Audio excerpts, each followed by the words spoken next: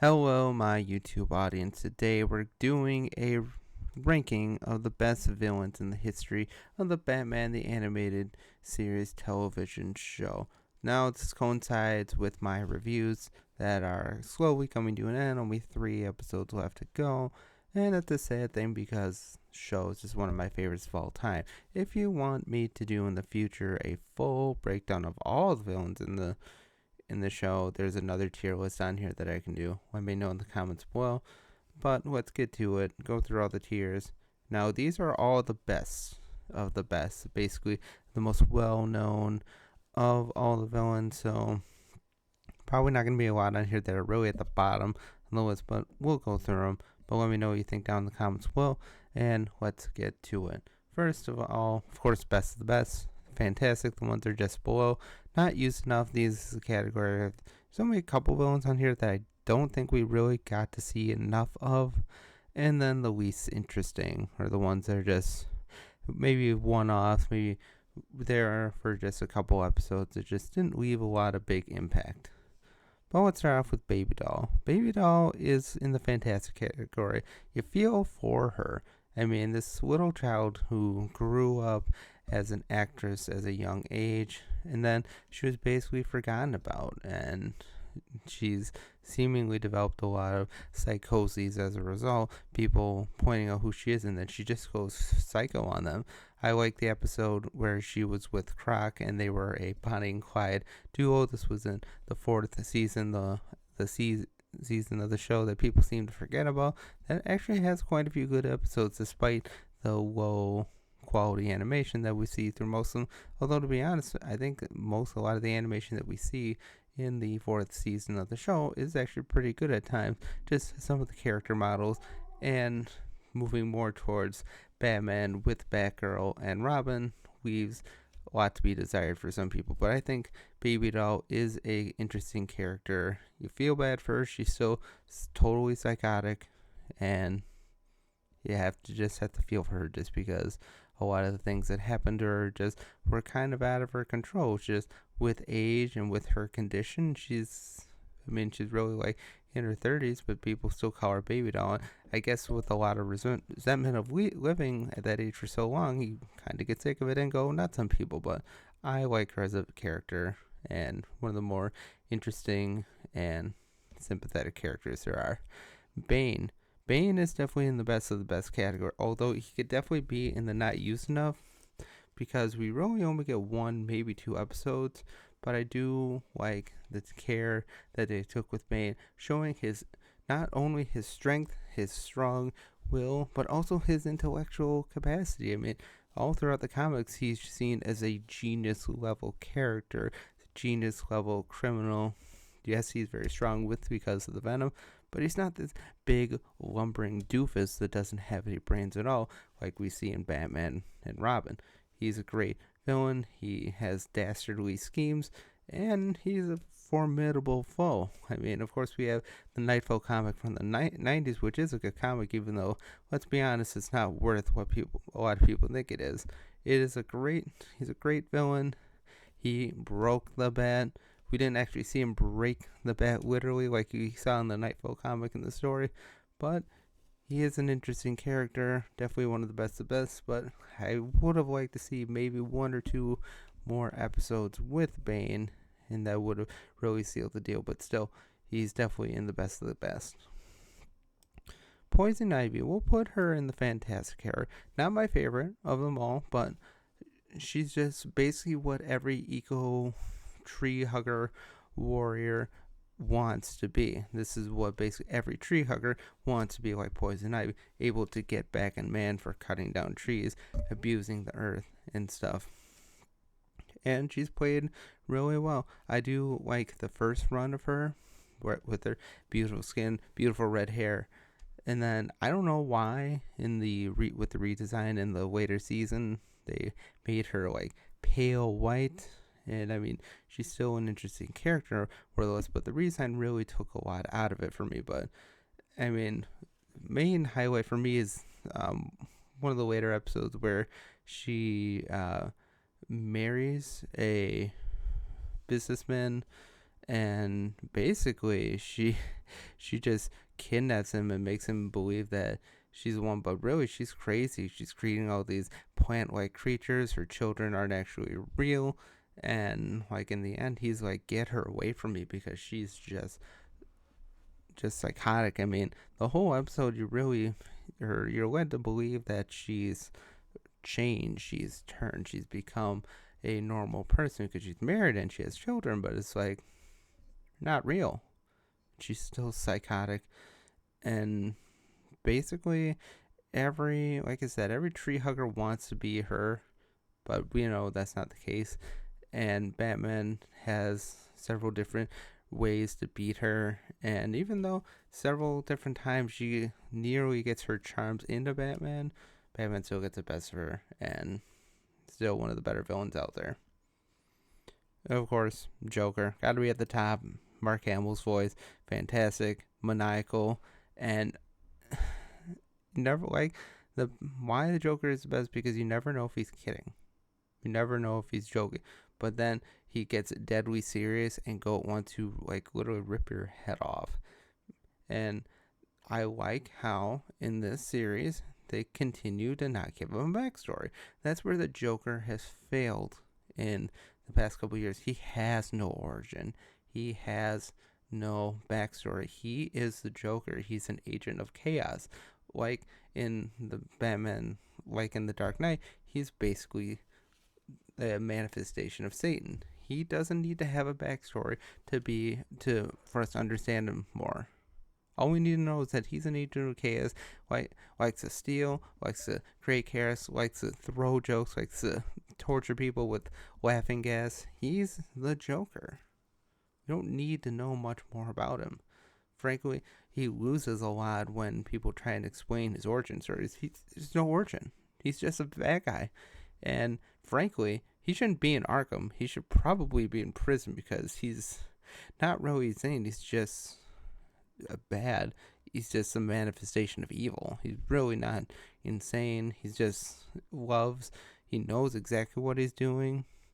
I love the garbage barge episode where he has a ship or a submarine underneath a garbage barge filled with laughing gas, and people are trying to get him. The episode The Last Laugh is fantastic. Well, basically every story we have of the Joker in the show is great. Even the Joker's millions later in the series, where with the different characters, when he freaks out at getting a notice from the IRS, it's fantastic, because there's only one thing the Joker doesn't want to take on, and that's the IRS, and I think that's just hilarious. But definitely one of the best, may even be the best when it's all said and done. But let me know what you think down in the comments below.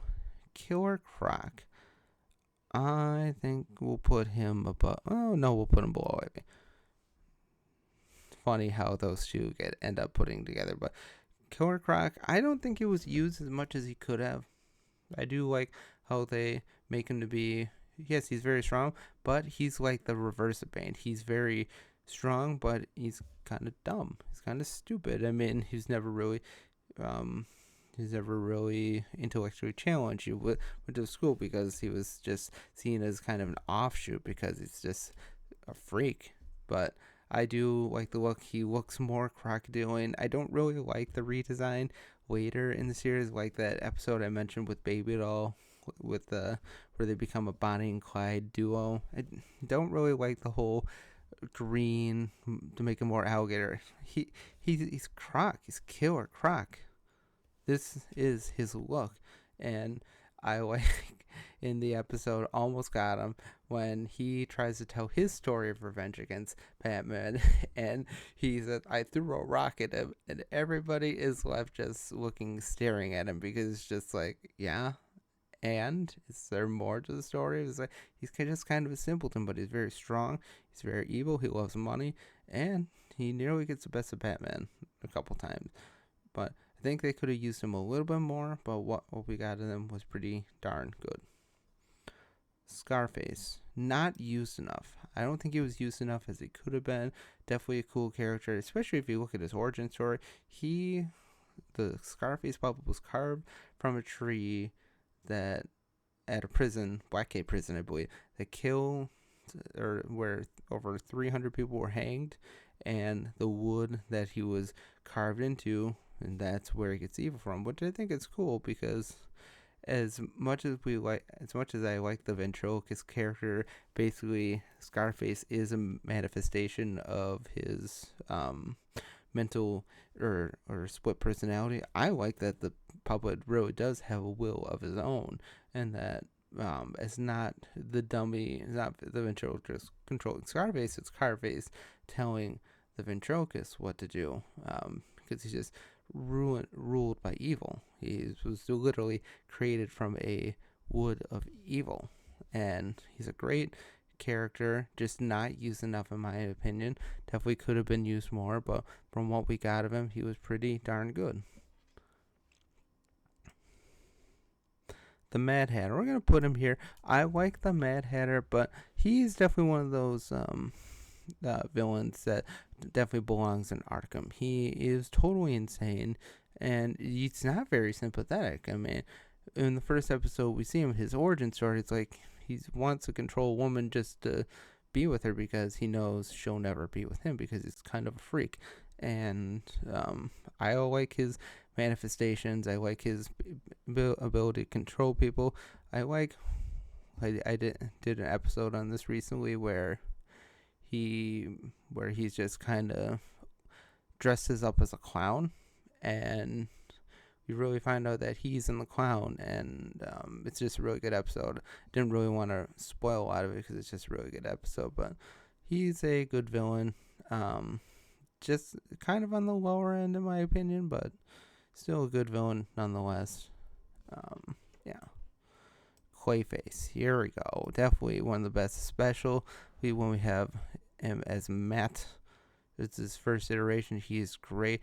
You find his story is really interesting because he was disfigured in an acting accident, and with the help of Roland Daggett, he starts to use this cream to hide up his manifestation, but really after a while it just his skin starts to fall apart, and then he gets dropped into a vat of the same stuff, and he literally turns into clay. And then I like how he can change into anything, really, even weapons. I like his ability to change into weapons, and not just like we saw in some of the games. He's a tragic character, and you kind of feel bad for him in the first episode, but he really devolves into pure evil, really just evil for evil's sake. Not really a sympathetic bone in his body, and at times you feel bad for him, but he's just pure evil. Really, in the end, he really falls to the dark side and can steal whatever he wants, can become anything he wants. I just like his changing ability, and just the look is great. The look kind of changed with the redesign, but the original look and his story is tragic, but ultimately he falls to the dark side. Catwoman. Again, like, Catwoman is a villain. We'll put her above Ivy. Catwoman is a villain, but really she's kind of an anti-hero through most of the story. And of course we see Batman's on and off relationship with her, with Selena Kyle. She has to not be Catwoman for a time, but we know that she always can't be Catwoman. The worst thing about her is when she got the redesign in season 4. I don't know what they were thinking. Made her go from like a normal looking human in a cat suit to whatever the hell they changed her to. Change her skin color for some reason to pure white. It's really strange, but she's complicated. I mean, I like her little kitty cat, and it's really cute. And she's just a good villain, although at times she swings from somewhat of a hero because she kind of helps Batman at times, but she's never really full villain. She likes to steal, but other than that, she's not a murderer or anything. One of the classic villain roles in the Batman series, and I just love her costume. It's fantastic. Doctor Strange was definitely not used enough. Frankly, if you can let me know in the comments below if I'm wrong about this, but I'm pretty sure we really only got one real episode with him, and he's not that interesting. I mean, I like how they made him more interesting for the Arkham City game, But I mean, he's just kind of nuts. And it is kind of cool how he was able to find out Batman's identity, but really, the episode that is in, he's like basically brings the Joker, Two-Face, and the Penguin, basically auctions him off to know who his identity is. But ultimately, um, the villains are led to believe that basically shows that he's kind of just a raving fanboy. Doctor Strange just wants to be Batman. It's really not a sympathetic character at all. Again, like I said, we only really see him one time, maybe one other, or maybe two times in the whole series, and it's just not that great of a villain, to be honest. Scarecrow. The first look of the Scarecrow that we got is good, but when they gave him the hair, made him actually look more of a Scarecrow, he just is great. I mean, and Crane is just nuts. I mean, every time he gets beaten by Batman, he just goes fully deeper into psychosis. He just trying to scare everybody when really he's scared of Batman more than anybody else. And I like whenever his fear gas is turned against him and he starts to fear the bat, and Batman just terrorizes him in his dreams. He's one of those villains that truly belongs in Arkham. And every time he escapes, every time we saw him escape, we know he's kind of on the intellectual side, of course, because he was a psychiatrist. But the ways he's able to escape and manipulate the stupid guards of Arkham is just bonkers. It's just crazy how he's able to get out all the time. How all these villains are able to get out of Arkham nonstop. Yeah, he's truly great villain. Maybe we'll put him below Bane. I don't think he's better than Bane, but he's a great villain. The Riddler. Put Riddler above Scarecrow. Riddler is truly the great. Another person that truly belongs in Arkham, and especially the further and the more Batman ruins his schemes, the crazier and crazier it gets. Especially there's one episode, the second season, where Batman foils him after basically having Batman locked in a vault. And Batman somehow gets out, and he's like, I have to know, how did he get out? How did he get out? It's great. It's fantastic when he could just go absolutely insane. His redesign is not that bad. Still keeps him with the look of Edward England, but it took him a long time to really show up in the series. But when we got to see Riddler, he's fantastic. Just a great villain. Especially, he's just totally nuts. We'll put Harley on the second tier. Harley is still a good villain, and you feel bad for her in a way because, I mean, she was literally a psychiatrist at Arkham. She went to school. She had a degree and everything, and she literally threw it away to be with someone like the Joker. Yes, Joker has his wit. Joker has his charms on her, but it's just like it almost seems like how did she ever get to be where she did in society? Cause she's just kind of an idiot. She just threw everything away to be with someone who just literally beats her all the time. I mean, let's be honest. She loves her pudding, but man, I like her. Some of her schemes at times, it's her teaming up with Poison Ivy later in the series is pretty good. It's kind of, it's kind of funny to shows how much of a moron she is at times. I mean, like I did an episode the other day, or just yesterday, and she uses a punching glove at Supergirl, and it comes back and punches her back in the face. It's fucking hilarious. It gets me every time. She's not really evil per se. I mean, she is a agent of Joker, but she's not the true evil. She's basically just a lost lamb taken in by Joker, and Joker just uses her for whatever he wants. And she doesn't really have a mind of her own. She's just kind of stupid. Mr. Freeze definitely belongs up here. One of the true sympathetic villains of the whole series. I mean, all he wants to do is save his wife. All he wants to do is use research money to save his wife. And eventually he does, but due to his condition, we know he can never be with his wife. And as you just feel bad for him. Even when he's at his worst, he's never really evil. He's just kind of a utilitarian evil. He just wants everybody to feel the hurt and pain that he felt.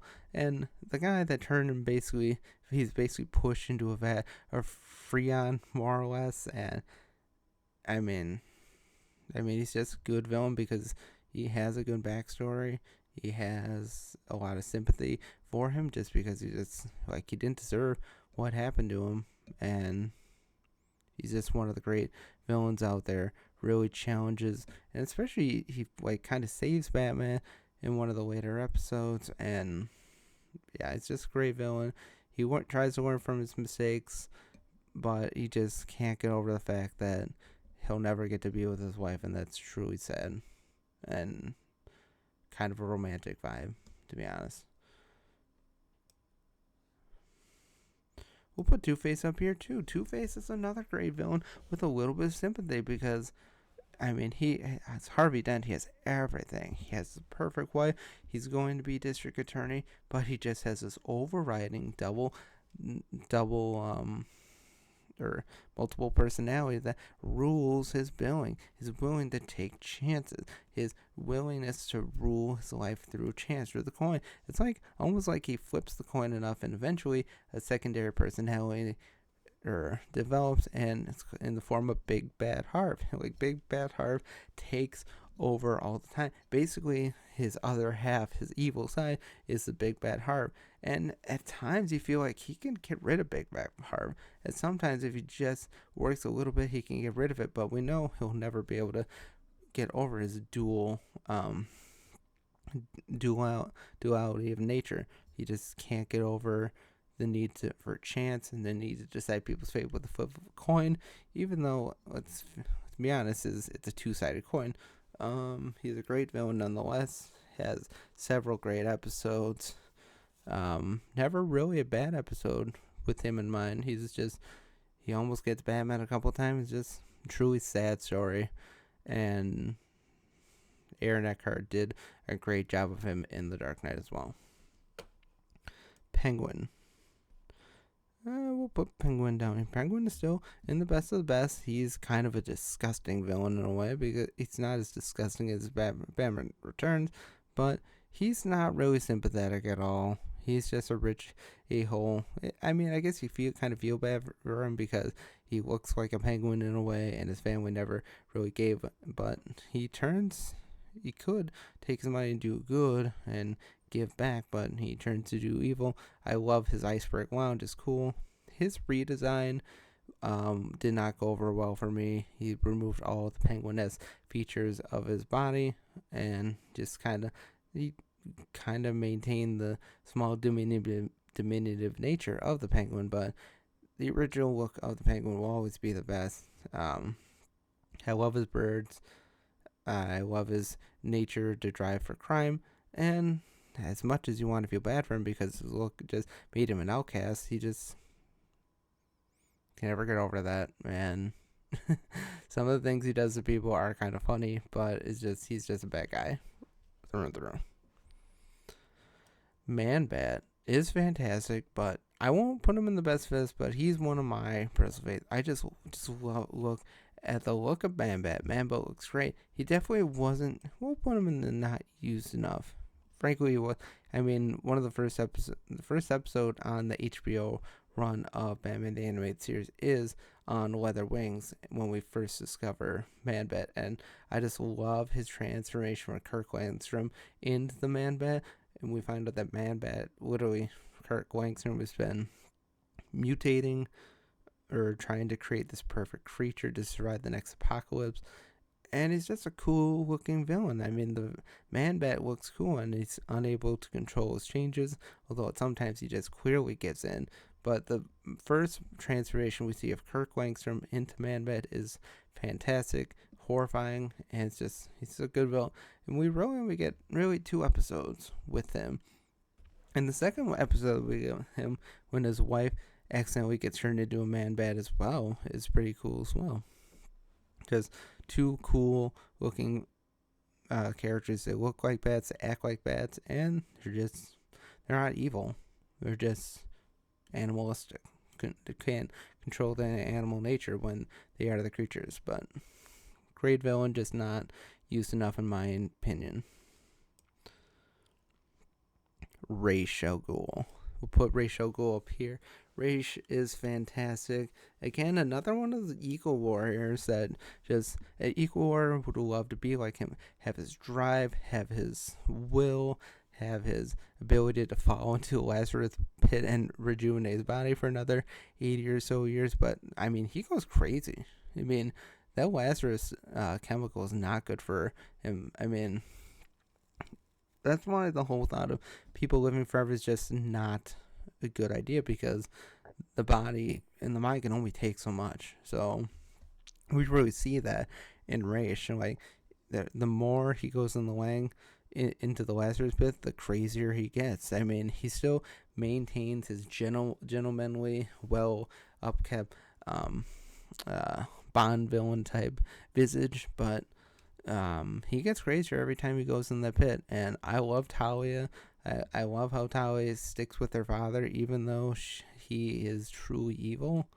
I mean, he's one of the most evil people in the list, trying to tear society down, tell people to live how he thinks they should live his life. No, I'm not going to live the way you want to live, because your life is crazy. Basically, the race is like, if Rachel was a real life villain, he would be on the World Economic Forum, wanting to destroy your life just so him and his rich buddies can have everything while everybody else is a poor asshole. I mean, there are real life supervillains like Ra's al Ghul, and they are from the World Economic Forum, the WEF. If you're ever looking into that kind of thing, look them up, and you'll see, like, yep, that's basically what Ra's al Ghul is, but in real life. And all his screams are cool, always take you all over the world. And I just love how he takes a keen interest in Batman, because Batman could be his superior, but we know Batman's ideology would never allow him to fall for somebody like Ra's, even though he's fallen for his daughter several times. Great villain, one of my favorites, definitely top 5 all time. The Clock King. Clock King, I like the Clock King, but to be honest, he is not so interesting. I mean, all his schemes revolve around time. I mean, never really gets into it with any of the other villains. Just kind of we get maybe 2-3 episodes with them, and every time it's just like, they're good episodes on their own, but it's just like they feel like one shots. I mean, they don't really feel like they add any world-rending consequences to the plot. Never really put Batman in any real danger. Basically, him just having to save people from getting dropped from a building and stuff like that. Just not really all that great. But I like him well enough. He's, of all the top villains out there, he's more in the least interesting category. Phantasm, definitely go up there. I mean, I think I've reviewed Master of the Phantasm on the channel. Maybe I should have to go back and review it again, because, I mean, Phantasm is great, because as a villain, Phantasm isn't really a villain. I mean, it is a per se because he kills villains, but him or her. I mean, let's be honest. But Phantasm is great. We only got to see Phantasm in the movie, but I like taking him when he takes on all of the villains and kills all the mobsters. And there's sympathy. There's kind of a sympathetic edge, because it's just trying to kill crime, but it's even more of a vigilante than Batman. Basically, Phantasm is like a dark side of Batman, just willing to go that extra mile, almost like a shadow iteration of the Shadow, like we saw in The Great Ghost. Feels like a dark mirror of Batman. In the one movie that we saw, Phantasm, it's amazing how much impact Mask of the Phantasm it has, and truly belongs at the top of the list.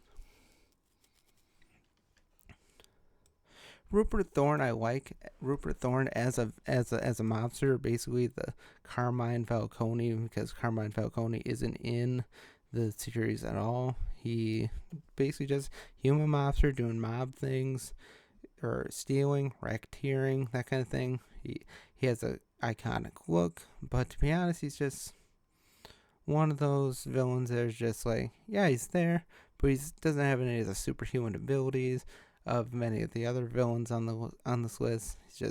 He does have a good amount of episodes to his name, but when it's all said and done, he's just kind of forgettable at times. He has some good episodes here and there, but he's just forgettable more so than anything.